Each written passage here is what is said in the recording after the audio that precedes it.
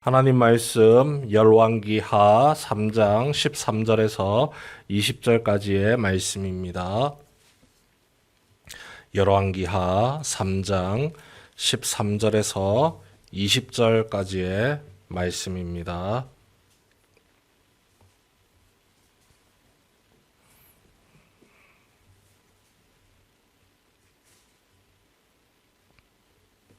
한 절씩 교독하겠습니다.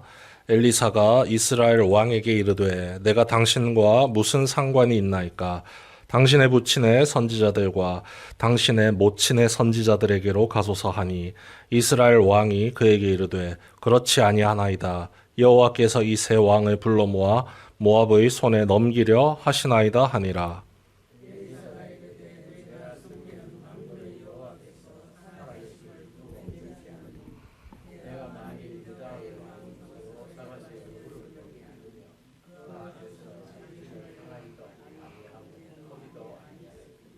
이제 내게로 검은 고 탈 자를 불러오소서 하니라. 검은 고 타는 자가 검은 고를 탈 때에 여호와의 손이 엘리사 위에 있더니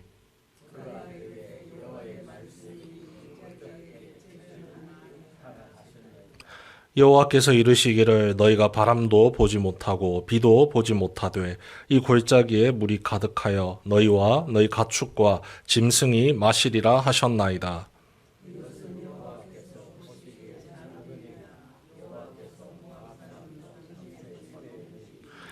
당신들이 모든 견고한 성읍과 모든 아름다운 성읍을 치고 모든 좋은 나무를 베고 모든 샘을 메우고 돌로 모든 좋은 밭을 헐리이다 하더니 아침이 되어 소재 드릴 때에 물이 에돔 쪽에서부터 흘러와 그 땅에 가득하였더라. 아멘. 네, 오늘부터 열왕기 하의 말씀을 살펴봅니다. 열왕기 상에서 아합과 같은 시대를 살면서 북이스라엘에 하나님의 말씀을 선포했던 선지자 엘리야의 시대가 끝이 났습니다. 그리고 그의 제자인 엘리사의 시대가 주어졌습니다. 스승 엘리야에게 하나님께서 베푸시는 능력의 갑절을 선물로 구했던 사람이 바로 이 엘리사였고 그 은혜의 선물을 갑절로 받았습니다. 그리고 남은 제자 선지자들을 올바른 길로 인도하며 이 북이스라엘에 하나님의 말씀을 선포하는 선지자가 되었습니다. 이때 북이스라엘은 아합의 아들인 여호람이 왕이 되었고 이 남유다는 여호사밧이 왕의 자리에 있습니다. 이 아합의 시대 때 대적과 함께 싸웠던 이 두 왕들이 이제 또다시 함께 모압과의 전쟁을 치르려고 합니다. 전쟁의 원인은 이것입니다. 이스라엘의 충성을 맹세하면서 날마다 조공을 바쳤던 모압이 반란을 일으켰다는 거죠. 그래서 북이스라엘의 왕인 여호람이 군사를 이끌고 이 남유다를 지나쳐서 이 모압을 공격하려고 합니다. 남유다의 여호사밧 왕이 이에 동조를 했고 그 지나가는 길목에 위치했던 에돔도 함께 힘을 합하여 모압을 치러 내려가는 긴 여정에 들어갔습니다. 그런데 뭔가 잘못된 것 같습니다. 일주일 겨우 걸어갔는데 물이 똑 떨어졌습니다. 음식은 조금 굶어가면서 나아갈 수 있지만 이 물은 부족하면 금세 사람이 지치고 탈수 현상을 일으키고 그대로 쓰러져서 죽을 수밖에 없습니다. 이 여호람 왕이 절망을 하면서 울부짖지만 그는 북이스라엘의 왕입니다. 하나님께서 보시기에 아합보다는 조금 나았지만 그래도 하나님 보시기에는 여전히 부족하고 죄악이 넘치는 왕이었습니다. 그런 왕이 하나님께 울부짖으며 기도하지만 그 마음속에 회개를 한다거나 하나님의 도움을 구한다거나 그런 기도가 아닙니다. 그냥 지금의 신세를 한탄하고 어떻게 해야 될까 발만 동동 구를 뿐입니다. 이때 남유다의 왕인 여호사밧이 낙심하지 않고 이 원정길에 동행하고 있는 하나님의 말씀을 선포하는 선지자를 찾기 시작합니다. 그리고 찾았습니다. 바로 엘리사 선지자입니다. 그리고 이 상황에 대해서 성경은 하나님의 은혜가 분명하게 드러난 사건임을 알려주고 있습니다. 우리 14절 말씀 다시 한번 읽어보겠습니다. 14절입니다.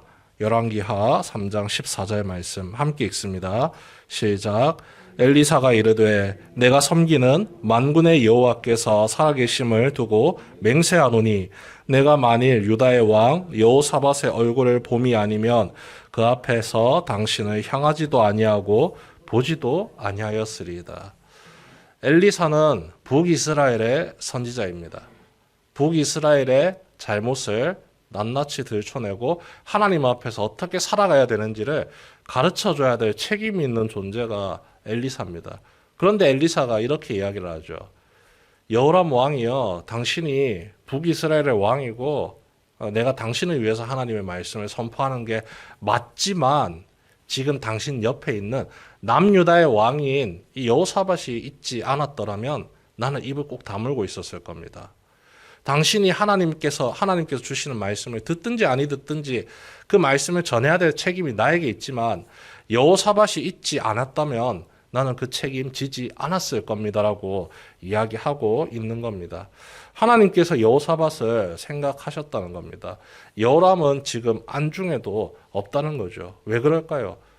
낙심적인 상황입니다. 물이 없어서 어떻게 해야 될지 모르는 절망적인 상황입니다. 그런데 이 여호사밧이 하나님의 선지자를 찾았다는 겁니다. 그 사람을 통해서 하나님이 우리에게 주시는 말씀이 분명히 있고 우리에게 지시하시는 길이 열려 있다는 것을 이 여호사밧 왕이 믿음으로 품고 나아갔다는 것이죠. 엘리사의 시대뿐만이 아닙니다. 그보다 훨씬 앞섰던 엘리사의 스승이었던 엘리야의 시대 때도 마찬가지였습니다. 어제 읽었던 말씀이죠. 열왕기상 22장 7절 말씀에서 아합 왕이 전쟁을 치르고 있습니다. 함께 있던 여호사밧 왕이 전쟁을 치르기에 앞서서 하나님의 말씀을 좀 들어봅시다. 그래서 아합 왕이 흔쾌히 허락을 하고 하나님의 선지자들에게 이런저런 이야기를 물어봅니다. 전쟁을 하러 가도 되겠느냐? 모든 선지자가 해도 됩니다. 당신이 승리합니다. 기분 좋은, 듣기 좋은 말만 골라서 해줬습니다.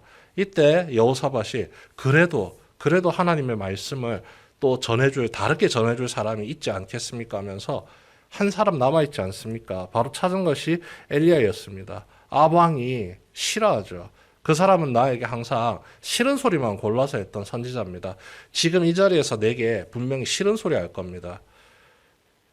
이 여호사밧 왕이 이렇게 말하죠. 그런 식으로 왕이 말씀하시면 안 됩니다. 싫은 소리도 우리가 귀담아 듣고 온전히 순종해야 되는 것이 하나님의 말씀입니다. 설득을 하고 하나님께 묻고 하나님의 뜻을 사모했던 왕이 바로 유다의 왕인 여호사밧입니다. 결과가 어떤가요? 하나님께서 이 여호사밧 왕의 간절한 믿음을 보시고 이 북이스라엘, 남유다, 에돔 연합군에게 구원의 은혜를 베풀어 주십니다. 굉장히 쉬운 명령을 주십니다. 땅을 파라. 땅을 파면 너희가 눈으로 보지 못하던 그 물이 하나님께서 그곳에 흘러내리게 넘쳐 흐르게 하실 것이다. 소제를 드리고 하나님께 예배를 드리고 나아오니 정말로 그 땅을 판 흔적에 물이 찰랑찰랑 넘치고 있었고 그 목마름을 해결할 수 있게 되었습니다. 그런데 하나님께서 한 발 더 앞서 나가셔서 더 큰 은혜를 베풀어 주시죠. 너희가 정복하고자 하는 그 모압을 너희가 정복할 수 있도록 내가 길을 열어주겠다. 순전히 여호사밧 덕분입니다. 여호사밧 덕분에 하나님께서 엘리사를 통하여 구원의 말씀도 주시고 그 뒷일까지 책임져 주시는 이 은혜를 베풀어 주십니다. 여러분이 이 시대의 여호사밧 왕입니다. 아무도 하나님을 의지하지 않습니다. 우리가 살아가는 이 세상 속에서 그 누가 하나님을 의지합니까? 저마다 자신이 원하고 자신이 바라는 걸 의지합니다. 특히나 자기 자신을 의지하는 시대를 우리가 살아가고 있고 그 수많은 사람들이 물질을 의지하고 권력을 의지하고 인맥을 붙들면서 살아가는 그때에 우리는 하나님 붙들면서 살아갑니다. 여호사밧 왕처럼 이 하나님에게서 멀리 떨어진 그들과 함께 거하면서 어떻게 살아가야 되는지를 우리의 삶을 통해서 보여줍니다. 돈을 의지하는 게 아닙니다. 권력을 의지하는 게 아닙니다. 당신 자신을 의지하는 것도 아닙니다. 우리가 믿고 의지하는 분은 하나님 한 분밖에 계시지 않습니다. 그 하나님께 우리가 물어야 합니다. 하나님께 기도해야 됩니다. 하나님의 말씀에 순종하며 살아가야 합니다. 그 모습을 보시고 우리를 통해서 세상에 구원의 은혜를 베푸시는 하나님의 영광이 우리의 삶을 통해서 분명하게 드러납니다. 우리를 통해 역사하시는 주님을 향한 믿음, 굳게 지키면서 나를 통해 오늘도 구원의 은혜를 베푸실 주님을 기대하며 기도하는 성도 여러분 되시길 주님의 이름으로 축원합니다.